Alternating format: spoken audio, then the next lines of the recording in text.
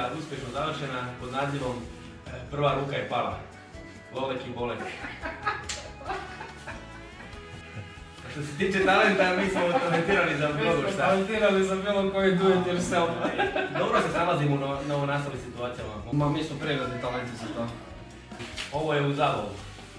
U zabavu je puno lakše. Na poslu bude stresnih situacija, pa onda moramo biti malo ozbiljniji.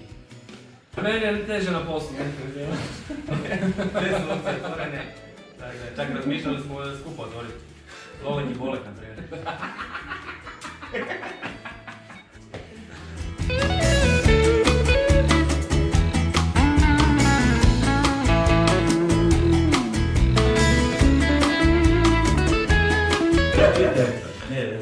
Evo ništa, svi smo zagrizli, samo trenutno vidite da dva rade, dva daju intervju, ali super nam je. Luke, ajde, kaj budemo izvojiti? Evo pa bilo nekih smiješnih situacija, cura je počela farbat nosom, kolega Luka počeo barbat s kosom. Tako da. Atmosfera je super, svi se zabavljamo i osjećamo se korisno, zdravljamo da možemo pomoći nekome.